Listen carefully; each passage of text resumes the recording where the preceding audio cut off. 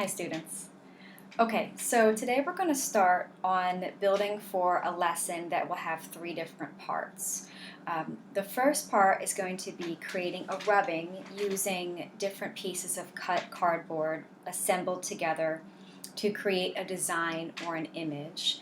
And I'll walk you through those steps with the materials for the first step.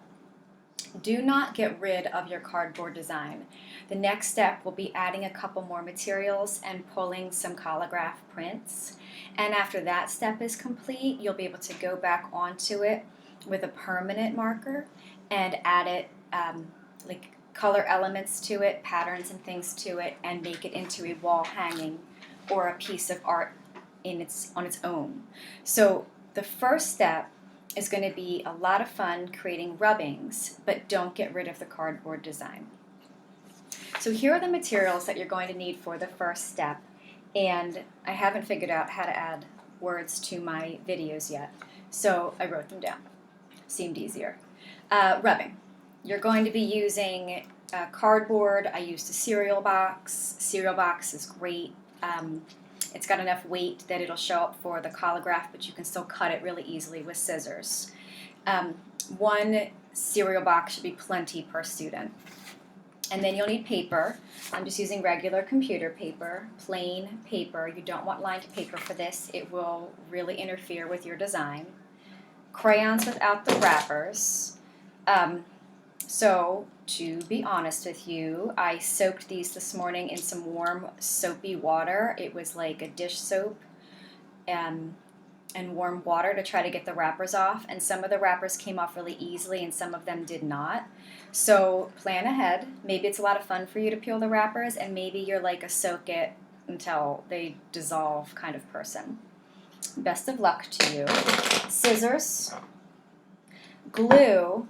Now, I would have originally said a glue stick would be fine for this, but I'm not sure that it will. You can try it with a glue stick. I just don't know that you'll have the strength with the glue stick. I would really suggest a glue. Now, I'm using glue wall. It doesn't have to be glue wall. It can just be regular, school glue. And tape. This wasn't on my original list of materials for you, but when I went to pull my prints, this was so useful. My rubbings, sorry. When I went to pull my rubbings, this was so useful in keeping my board and paper in place. One of the main issues I had with my rubbings was the movement of either the board or the paper, and that would create this like offset rubbing. It wasn't exactly what I wanted. So tape of any kind, great, super useful. Okay, so the first thing I did was I thought about what I wanted my design to be. And I want to talk to you a little bit about shapes and composition. If you just start cutting your cardboard up, you might be able to play around and come up with something really cool. The other option is to cut a piece of cardboard that you're going to use and set it aside, right? For this particular thing, I would make sure that it is going to fit on the paper, right? Hold on a second, I'm trying to really get that lined up. It's hard. This is smaller than the paper. You kind of just have to trust me. So that you don't cut up the piece that you're going to need for your background. And then think about what you want to design. I wanted to do a landscape. So I knew I wanted a lot of like organic shapes. If you're doing something like a building or something man-made, you're going to want a lot of geometric shapes. If you're doing something like flowers or something from nature, you're going to want a lot of organic shapes. So play around with the shape style that you want and then plan your design. You don't want to just glue things down on your background and then have it not be where you wanted it to be. Once you start to glue it down, you're going to think about it in steps, right? Like glue them down, and they can overlap each other. But once you glue something down, you're going to have a hard time peeling it back up. So let me see if I can get this in the light. This is what I came up with. Now the fact that some of it is the brown cardboard forward, I'm trying to get this in the light so you can really see it, because there's like lines here. I got clouds in here, branches. I have a ground here, ground line. There, you can see that a little bit there with the shadow. Ground line down here. and the fact that some of it is the back forward is not going to matter. So I played around with it with both directions of my shapes to see which one I really wanted. And then I glued them down. Now, I pulled rubbings at several phases, and I'll show you those, and I'll tell you why. I wanted to see what it would really look like. So my first rubbing was this one, and you can see that I don't have anything here of interest, and that bothered me. Then I did this one after adding these sort of vertical elements and some vertical elements here, and it was a little better. And then I thought I might want a little bit of something with the glue. So what I did with the glue was here, and some of these are dry and some of them I went over with another coat. I made glue dots.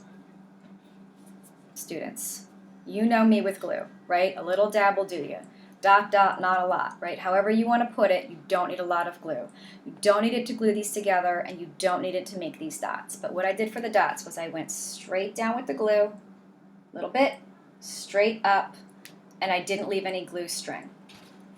Remember, when you open the glue, you twist it open here, don't open it here, and then to close it, you twist it closed there. You don't need to touch this.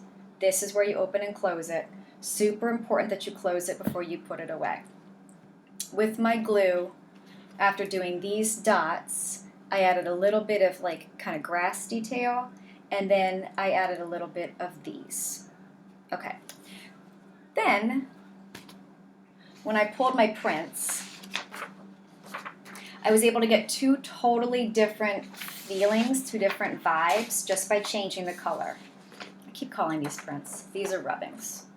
Sorry. I got the blue, purple, and black for this one. I got a very like kind of moody, sort of Halloween-y phase for this. And then I did spring colors for this one, and I used some light green, some pink, some darker green, and some blue for this one. Now, to be honest with you, I did a lot to get this one, maybe 8. This one came out real natural. I don't really know why. This one was really hard to do. And what helped me a lot was putting my cardboard rubbing down and taping it down a little bit onto the floor. I put my paper on top of it. Let's see if I can get a piece of paper here. And I played around with exactly where the paper was, so I felt for the edges to make sure that my thing wasn't crooked. And then once I had that in place, I taped this down. Once I really got serious with keeping both things in place, the rubbings were easier to do. And then once again, to make a rubbing, I know we've done this in school, but I just want to go over it.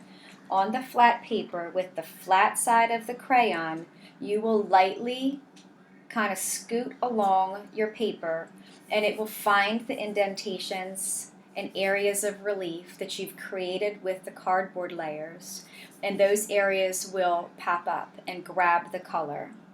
In order for me to get these different colors, I really planned this out, and I did a light green across where my treetops were. I did a darker green down here where my grass and bases were. I did pinks where some of my flower shapes were. And then I did a blue where my sky was. And then I added a little yellow to kind of make it sunny looking. So this was a lot of fun, but this took a lot of work and a lot of planning. And I threw out, like I said, like maybe 8. Because they just weren't great. They weren't what I wanted. So if you don't get a good rubbing on the first one, you know what I mean? Who cares? You can add more cardboard to your design. You can build up on it to create more shapes. And you can try again with more paper to make a rubbing that you really like. Once again, don't trash this. This is your art piece for today. These beautiful rubbings that you're going to make are your art, but this is going to be art base for step 2, which will be your collagraph prints. Okay, enjoy.